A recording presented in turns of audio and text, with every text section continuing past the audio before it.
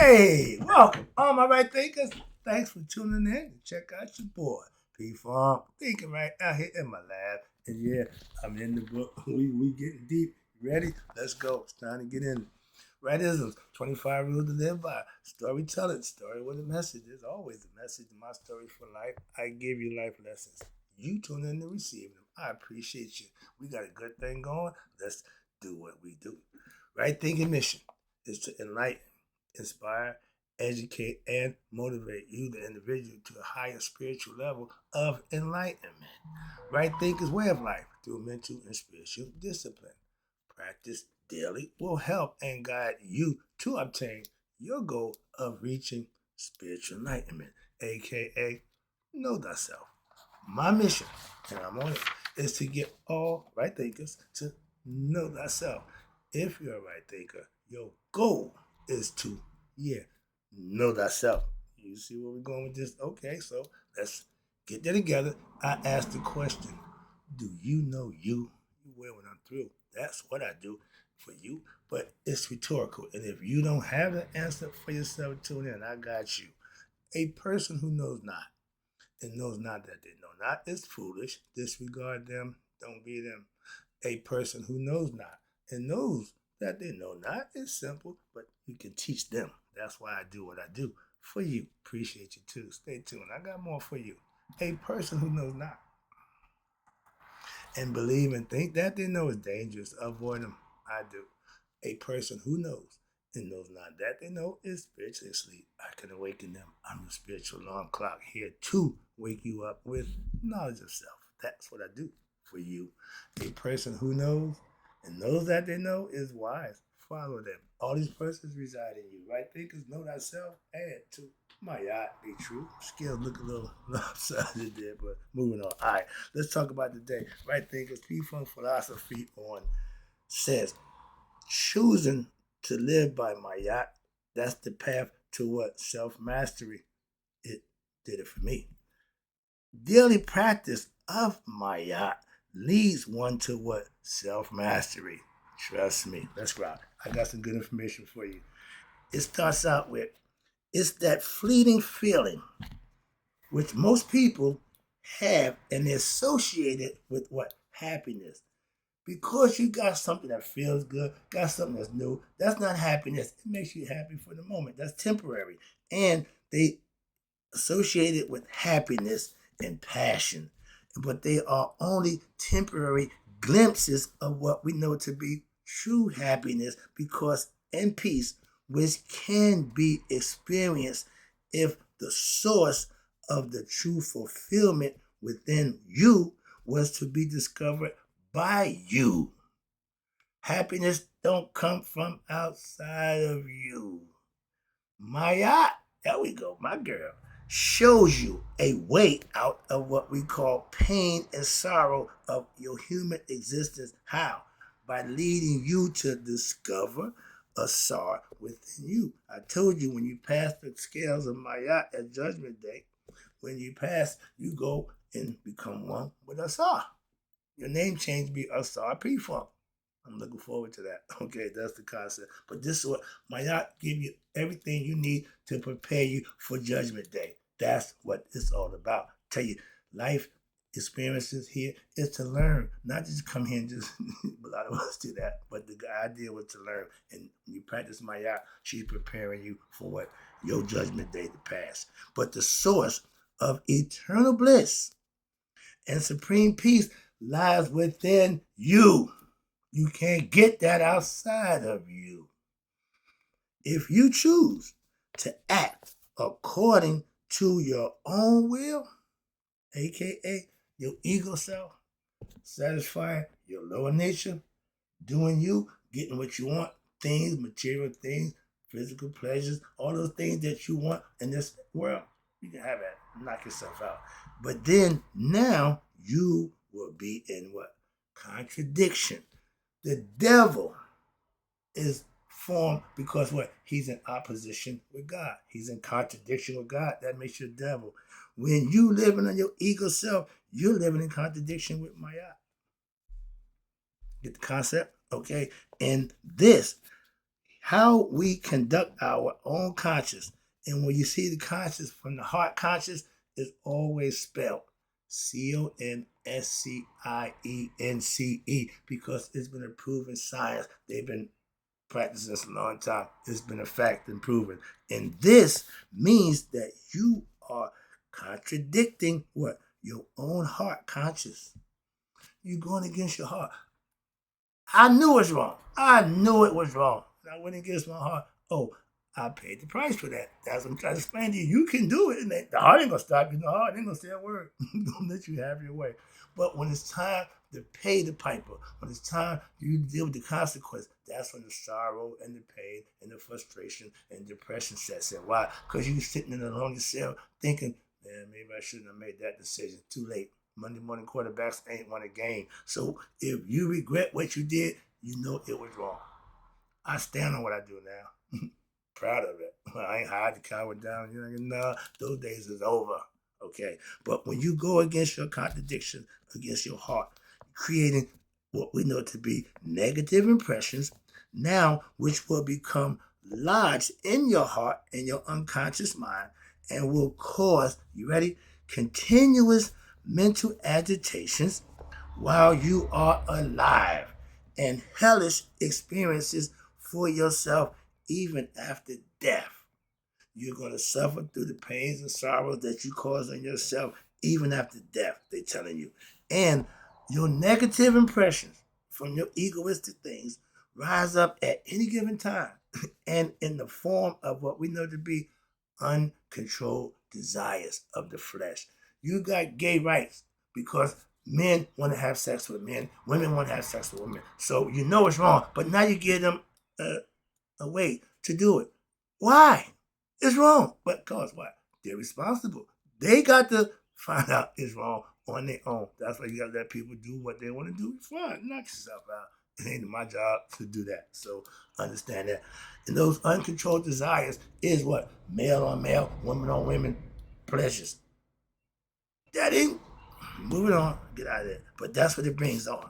And your cravings. It brings unrest and all kind of other forms of what? Self-torment. Right there. If you're being self-tormented, that means you did it to yourself. Hello? And with the which humans' lives pretty much abounds. Most of the stuff that is bad that happened to you, you brought it on yourself. You reap what you sow. Moving on. But my Maat is teaching you these things. So what? You can avoid them. If you know better, you should do better.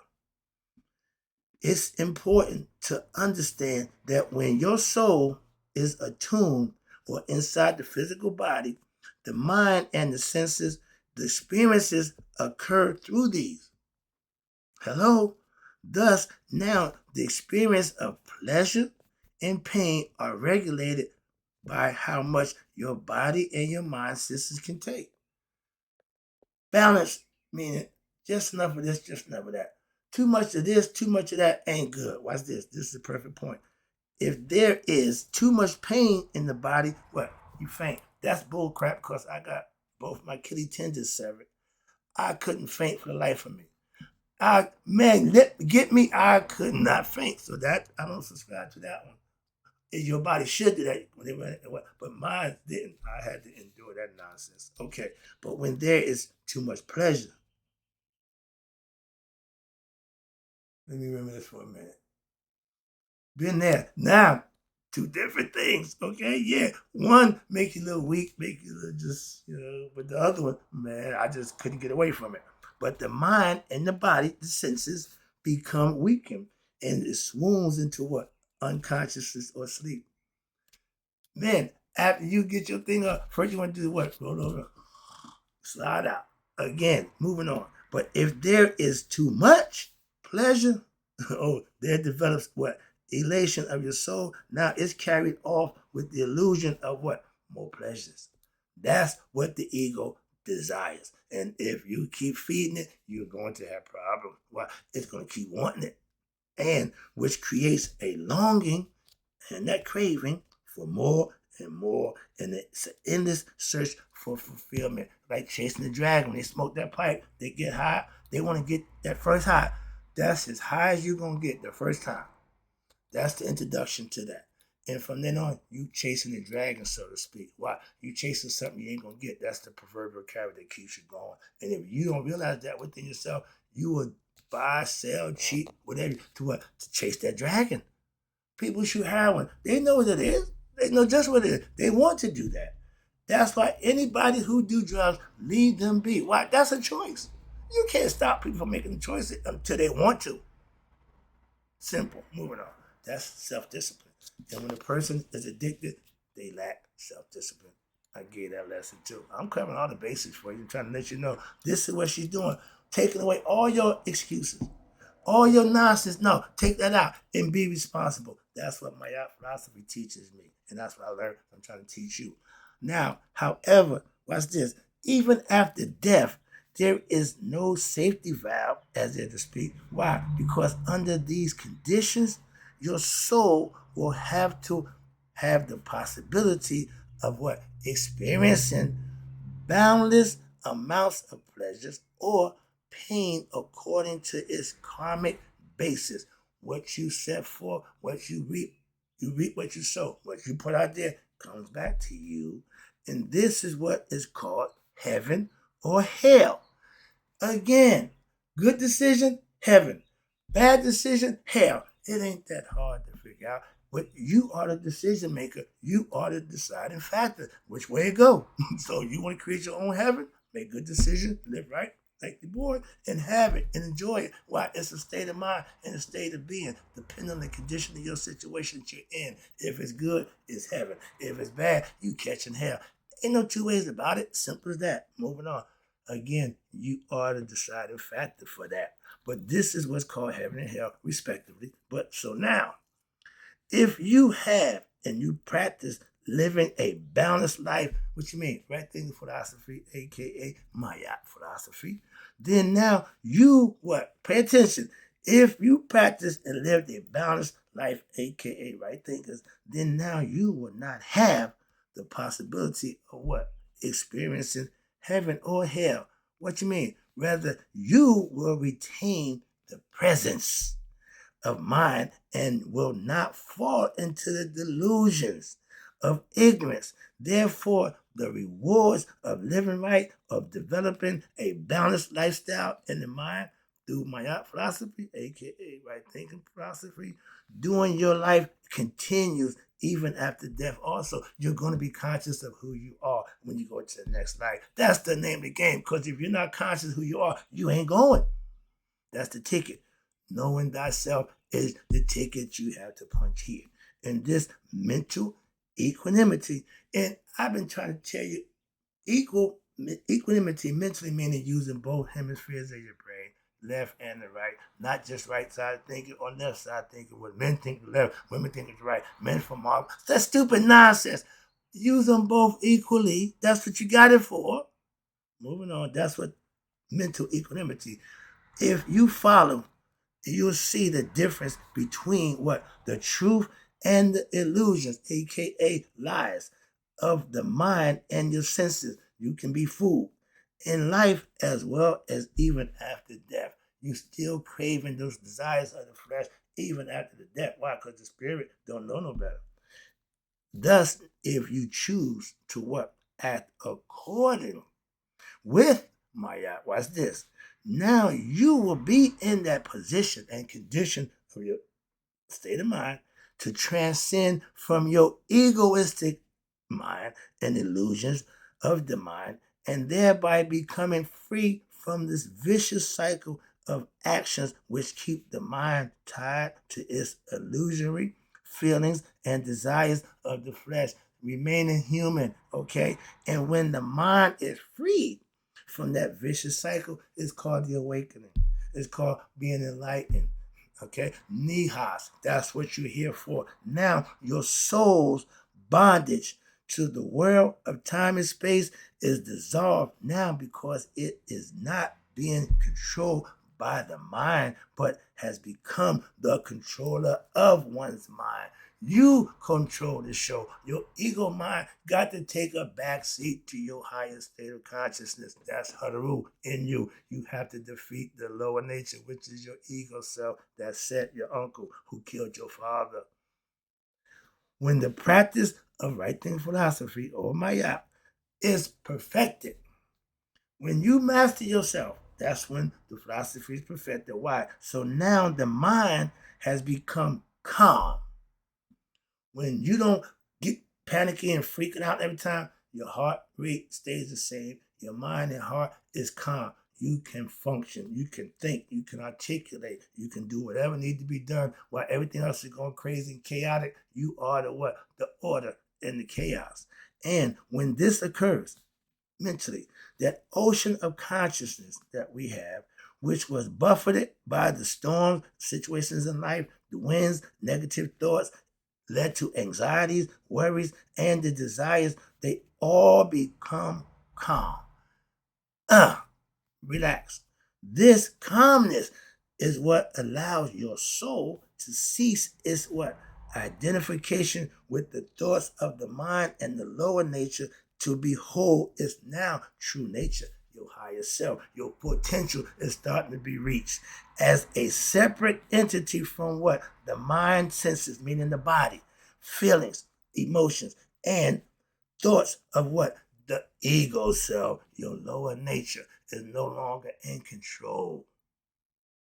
Now your soul is now free, to what? Expand its personal visions and go beyond the constrictive pettiness of your human egoistic desires and now your mental agitation. And in order to behold this expansion of consciousness and of your inner self, you had to prepare. You had to practice. You have to gradually work yourself into it by practicing the Maat philosophy. We call it spiritual disciplines when daily actions which are based on and upon what? Which with the cosmic plan of creation starts to unfold. It's called life. We live in it.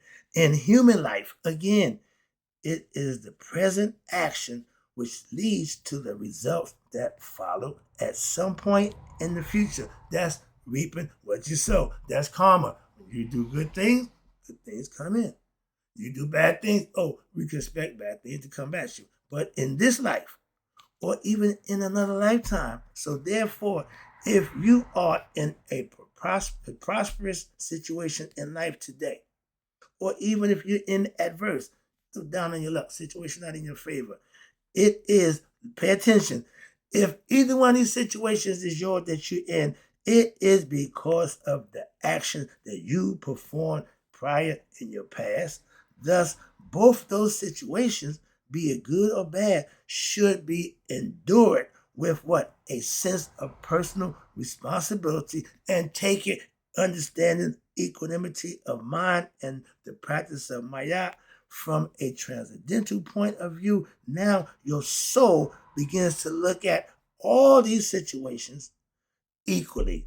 It don't get involved. It's become dispassionate. It's not getting emotionally involved in the situation that's confronted with you. When you get to this level with peace within yourself, they can't move you. They can't shake you.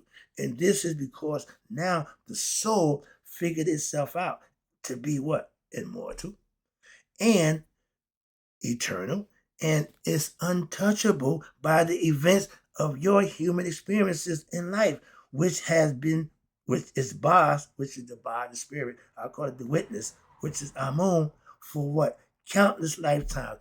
Until you figure this thing out, until your soul gets conscious who it is, it's going to keep going through what? Birth and death, birth and death. Consciousness is what have to happen between the physical body and the spiritual body. It is your ego self, which is transient. That's what? Mortal. That's going to die. And most people who don't become enlightened live egoistically, fear that. That's their biggest fear, death. But they know that's the end. Simple. An enlightened person knows, I can't die. See the difference? And that looks on life situations as what? Present and real. So therefore, either it tries to hold on to situations which what the ego considers to be good. They want more time. They want to have more fun. Or to get away from what? Or eradicate the negative situations which it considers to be bad. The ego only wants what it wants. In all your situations, whether they are considered to be good or bad, is all based on your ego concept. And it will eventually pass on. It's not forever. Your ego ain't eternal. Hello? So we should try to view them as what? Clouds, which will inevitably pass on. My mother's favorite phrase. Don't worry, baby, this too soon shall pass. That's as much as you're getting from my mom. You need some instructions in life, you got a problem, she's going to give you that. That's it. Moving on. I learned that a long time ago. No matter how terrible or how wonderful they may seem to be at the time, we know in life is lived, when it's lived in this manner, your mind develops a stream of what? Peace, which rises above elation and depression, prosperity and adversity. Again, your conscious mind, no, it can't be touched. The spirit become conscious of that. Now you're in a good place. By looking at all your life situations, what? Equal, and with vision and doing your best regardless of your circumstances. That ain't the problem. You do what you need to do no matter what the circumstances or the situation. That's the name of the game. And now you are able to discover what? An untolerable balance within yourself. You reach the level of what we call hotep, nihas, peace within yourself. People call it blissed out. Religious people, that's what I call it, being blissed out, ecstasy. But it's a feeling that you have within yourself. You can't share it. You can't buy it, sell it, or steal it. You have to have it for yourself. That's the God experience that we all had the opportunity to share. Become conscious of who we are. This is Maat's job. This is what her philosophy is doing. It's the underlying order, and it's the truth behind the apparent chaos and disorder in the phenomenal world, the physical world. In doing this, now you are able to attune your mind, your conscious, to the cosmic mind of your innermost self, which exists where? At that transcendental level of what? Peace at what? All the time. When you reach that level, you not being moved by somebody pissing you off, somebody saying, no, you ain't being moved because of that. You're getting better. I'm learning how to do that too. So yeah. And this means what? This means that if you are deep down, indeed, the universal self, one with God, and if you have come to your current situation in life, enlightening and releasing yourself from the bondage to the world of time and space and things due to your own state of what? Mental ignorance. You are bounding yourself to the physical world for your own self. And if you don't become spiritual, if you don't become conscious, you will be back again. And then what? It follows that if you undertake certain spiritual disciplines, obtain self-knowledge. How? By studying, learning the teaching, practicing them daily, and practice. Listen here, I'm wrapping that right here. Practice and following right thinking philosophy teachings, those same actions that led you those same actions will now lead you to liberation. What you mean? Liberate you from the state of ignorance, aka bondage of your true self. And the root cause of your bondage is the karmic cycle of life, death, and reincarnation. Life, death, reincarnation. That's the cycle that those who don't become conscious of themselves will repeat over. That's the Ouroboros. That's the serpent biting his own tail, coming back again, repeating himself, coming back again, but never learning who he or she is. So that's why you keep the cycle going. Break the cycle with what? Knowledge of self. I'm going to stop right there. See the clock. I got a little bit more. I got to go. I got to keep going. All right. This is good stuff. The actions that you perform by everyone, must be performed by everyone. What? Even breathing is an action. Inhale, Yahweh, exhale. Therefore, nobody can escape actions. I read again. No one can say, I will go far away from civilization and escape all actions. Ain't gonna happen. And then my actions will not lead me to a state of ignorance or my true self. This form of thinking is asinine. It's a fallacy because, as just discussed, breathing, eating, drinking, sleeping, sitting, walking are all actions. The process of liberation will require more than just removing yourself from the field of physical action. You could go to a quiet cave, you can go to a temple, you can go to church, and you will still be plagued by the unruly thoughts of your mind, which causes distraction from your true self. Thoughts are subtle forms of action. Therefore, an action performed in your thought can be equally significant and cause as much karmic entanglement as the action performed with what? The body. An action first originates where? In the mental field, the astral plane of consciousness, we know that, which is stirred by what? Desires from the flesh, rising from the unconscious mind. There we go. Now, this agitation prompts your mind forward thoughts and actions in the attempt to what? Fulfill the desires of the flesh, of the unconscious, the ego mind, the unenlightened mind. They want to do what they want. But these actions and the thoughts really created more what? Desires. Again, once you fulfill one, you're gonna want more. And more, and your future agitation will continue.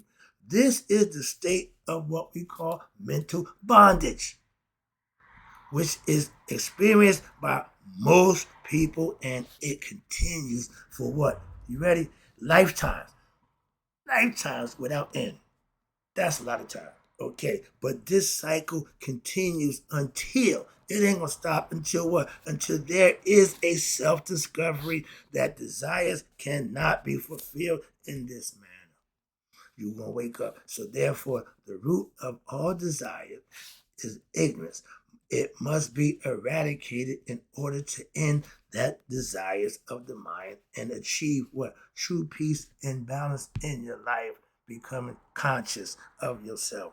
You need to develop a subtle of intelligence and a profound insight into the nature of yourself and the universe. And now your innermost self, which is one with the universe. The best way to achieve this goal is to practice a blending of wisdom and action in your personal spiritual discipline in order to harmonize your mental and your physical qualities. I go to the gym to keep the body in shape. I read and study to keep my mind fresh.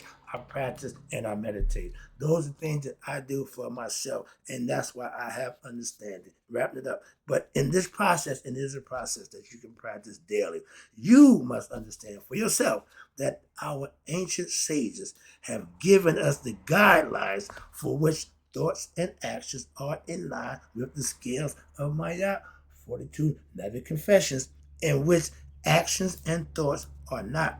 The 42 precepts of Maat constitutes one's focus on the actions, on what we call the Egyptian book coming forth by day. However, it's teaching you, preparing you for the afterlife. That's what Maat philosophy is doing. And throughout the book, many injunctions are given. Their purpose is to help cleanse one's heart of the individual. That's how you purify the heart, by doing selfless service, living a virtuous and righteous lifestyle when daily. Wrapping it up. The person or the wise person who acts with Maat, they are free of what? Falsehood and disorder and dishonesty. I don't like liars, thieves, or anything that's negative and wrong. Why? I do the right thing. And if you're not, I'm not dealing with you. Simple as that. Taking it home. The practice of Maat daily signifies that you become wisdom. You put wisdom in action. You're not just learning it, you're living it. That's the goal of learning Maat philosophy and right thing philosophy, to live it. This is to say that the teachings are to be practiced in your ordinary day-to-day life situations. And when the deeper implications of this practice are fully understood, self-mastery, now one will be led to purity in action and thought. My thoughts are right, my actions are good. That's purity of heart. Do you have that? Wrapping it up. In order to become one with the divine, you must become the divine in what your thoughts and in your deeds. Hello. Woo!